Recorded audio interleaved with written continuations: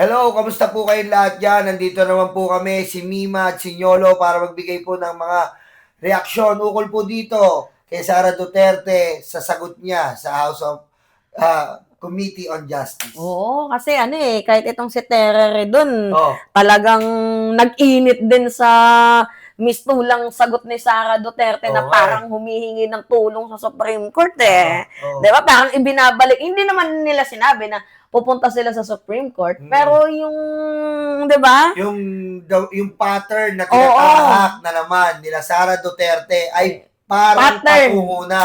pattern noon. Oo. Patungo na naman po doon. Ngayon, Pakinggan niyo si Terry doon. oo, pakinggan natin. Answer at Totelam at 4:30 p.m. No? Dito po sa House. Biro mo, 4:30, no? Pasaway talaga, no? May sayad talaga si Sara, no? Ano ba dapat ang oras? Ang aga-aga, alas 5, tapos na yung kongreso, Nangaasar talaga, Pwede naman alas 12 ng tanghali. Di ba?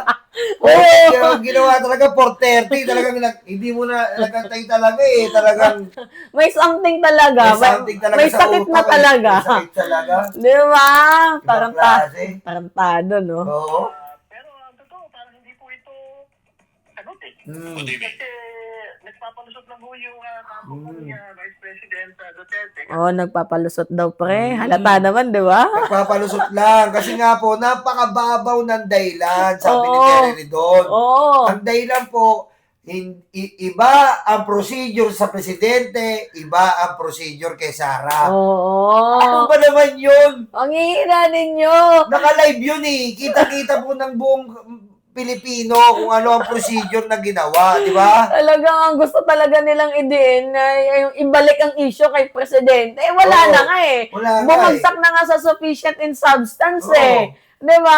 Eh, Tama. bakit hindi nilang i-accept ni Sara Duterte yung fake niya? Oo. Na talagang may impeach na talaga siya. Hindi, tsaka, Mima, hindi naman porket na ganyan, impeach ka na Meron Oo. Senado Ba't ba tarantan-taranta sa Kongreso? Uy, ang haba kaya ng proseso Oo. ng impeachment. So, anong Hanggang kinakatakot? step 5 yan. Anong kinakatakot mo sa Sara Duterte? Meron, Oo. di ba? Meron tayong tinatawag na sufficient in form, Oo. sufficient in substance. Substance. Tapos may tatlo pa yan, yung pagsasubmit. Kung hindi, pupunta muna sa plenaryo. Oo. Tapos, ayan na nga, yung binigay niya ng 10 days. Oo. Diba, binigyan ng 10 days Oo. para sumagot. Ayan na nga, sumagot siya ngayon. Oo.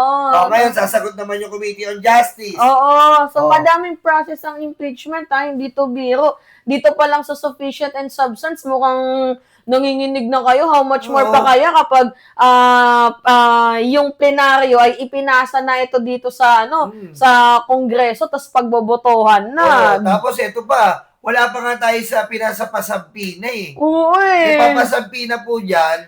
Halimbawa po, para patunayan yung mga bank records, Oo. papasampi na nila yan. Oo. Wala pa tayo doon. Wala pa nga tayo sa exciting part Oo. Biglang medyo may kuskus balungos na kayo na, uy, baka Technicality naman. na naman. Napakabobo po ng discarding ganyan. Pambobong diskarte po yan. Kaya po yung diskarte ng mga abogadong pulpul. Technicality. 16 na yung abogado mo, ganun pa din Ganun yung pa po. concept ninyo. Grabe, no? Tapos yung marinig mo nga yung anak ni Panelo na ang gusto po, hindi daw talaga magkakilala. Isang beses lang daw talaga pinipilit nila si Ramil Magdriaga. Isang beses lang. Pinilit pa daw nung inauguration na picture. Oh, Grabe, no? di ba? Kaloka. O, sige, tuloy Okay tayo po. din kay Terry doon. She's challenging the proceedings itself. Sabi, it is violative daw po of her due process rights. And wala daw po ultimate fact. Oh. Uy, wala daw ultimate fact. Ultimate fact. Yung Parang- sinasabi ni Sara Duterte, yung... Paano walang ultimate fact? Unang-una po, inuulit namin, may COA record. Oo. Ano po ba yan? Meron po tayong Youth Summit. Oo. Meron po tayong mga witness na Oo. Ramil Madriaga, COA, DepEd officer. Oo. Yung mga meron nagsalita po- against sa kanya, yung mga hearings. Meron po tayong AFP generals na Oo. kinuha na nila ng certificate. Oo. Diba? Tapos, ito pa, yung isa, yung sabi niya, yung una, violating due process. What? Paano po binviolate yung due process? Kaya nga binigyan ka nga ng 10 days. magpapaliwanag ka. Oo. Ano pa bang hinahanap ni Sara Duterte? Ano ba sinahanap mong due process, Sara? Etong ginagawa sa'yo ngayon, this is the due process. Oo. Hindi niya lang talaga mag-gets kasi nga, bubita talaga siya. Pwede pa natin sabihin nun dati na winantered vote ka, hindi dumaan sa due process. Kunyari, sabihin natin. Sige. Okay, bigyan Pero natin ngayon, yan. hanggang step by step, Oo. pinapakita mo sa taong bayan ng due process. Sinusunod ng maayos. Paano masasabi mo na violating due process? In the first place nga, nung unang impeachment, wala naman talagang na-violate dun eh. Totoo. Yung problema lang talaga, Tineknikal na naman. tinektikal nyo lang eh. Kasi yung mga appointee dyan sa Supreme Court, appointee ng tatay mo. Oo, tsaka yung sa Senado. Meron agad sila, wala pa yung impeachment, nasa Kongreso pa lang. May boto na agad sila, May Robin, boto no? na, sasabihin pa nila, inopen na agad yung, hindi pwedeng tumawid sa 19, sa 20. Oo, Meron pa fourth with ng ina mo ka, Escudero, ina mo ka. Matahimik ka, ina mo. Napamura tuloy si Nyulo eh, no? Po yung dalawang impeachment complaints po na deemed sufficient in substance. No? So, naglalinaw tayo ngayon na yung on both counts, no? Wala pong katotohanan doon. Kasi una, wala pong binabiolate, no? Na due process. Tama. Kaya Vice President Sara Duterte. Kasi mo hindi. ito nga po yung pagkakataon, binigyan mo siya ng pagkakataon. Yun. No? Dito po sa mga asunto na hindi ho niya sinagot point per point. So, ibig sabihin, yung pong mga grounds na binabanggit, culpable violation of Constitution, material public trust, other high crimes, caste and corruption, hindi po ito sinagot point per point. No? Yes. Ng ating pong pangalawang Pangulo. Yun, Mima. Niya na wala daw pong binabanggit na mga ultimate facts. Pause mo. Ayan po. Yan na tayo. Tataas ang kilay ngayon. Bakit po? Yung reklamo sa kanya, betrayal of public trust, hindi sinagot. Graft and corruption, hindi sinagot. Bakit hindi sinagot? Ayan na naman po ang pagtakbo na naman sa Supreme Court. Ibig sabihin, hindi siya sumagot. Ang gusto niya, sumagot siya doon sa Supreme Court dahil questionin niya ang legalidad ng impeachment process na naman. Ayan na naman. Malakas sila sa Supreme Court. Anong gagawin natin? Hindi naman pa pwede yan. Nakadagan niya sa'yo. Sa paningin niya at pananaw mo, walang due process, ikaw yun. Tapos, kung gusto mo, lagi kang kasi in the future ng mga sitwasyon, gagamitin yan eh. Magagamit ulit yung ano na yan eh. Bakit pa tinanag natin ang impeachment kung ganyan may takbuhan? Hindi ganon. At saka ito yung pinakapangit na part. Kasi yung impeachment na dapat sana padaliin kasi, di ba, syempre, kailangan nating tanggalin yung mga corrupt na public official na yan. Kaya nga ginawa eh. Ang nangyari ngayon, parang mas lalong pinapahirapan patanggalin ang mga magnanakaw. Yan nga po, kaya po ginawa yung impeachment. Kasi po, ang impeachment, gaya nga sabi ni Mima, pinapatanggal po natin yung imposible. Presidente, vice-presidente, mga makakapangyarihan po. Imposible mo matatanggal yan. Isa lang kinakatakutan nila, impeachment. And yun nga po, pag nandun na tayo, bakit mo naman patatagalin yun? Na hindi naman dapat. Diba? Diba? Hindi patagalin yun. Kasi kung nai-involve ang pinakamakapangyarihan, huwag mo na patagalin. Kawawa tayo eh. Kawawa yung Pilipino. Taxpayer ako. Taxpayer ka din. Ang di ba? Diba? Naghihirap tayo dahil sa mga pagnanakaw nila. Magnanakaw na nga kailangan na nga i-impeach, papahirapan pa. Huwag naman ganon. Diba? Ang problema din kasi dito sa mga appointee ni Digong, matagal din tong matanggal sa pwesto. Hindi naman kasi to sila pwedeng tanggalin agad hanggat hindi pa sila nasa retiring age eh. So, kaya malakas din yung amor ni Sara Duterte na lumapit dito sa Supreme Court kasi may mga utang na loob yung ibang mga tapos sabi pa ni Sara, judge dyan. tatakbo siyang presidente dahil ganyan-ganyan. Tapos, yan lang pala plano niya. Tatakbo siya ng presidente. Pwede daw may ma-impeach uli, may ma-impeach again na laging may impeachment na yan. Lagi may impeachment talaga, lagi mo tinatakasan eh.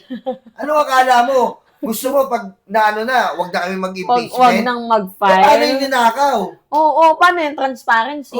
Paano yung pananagutan?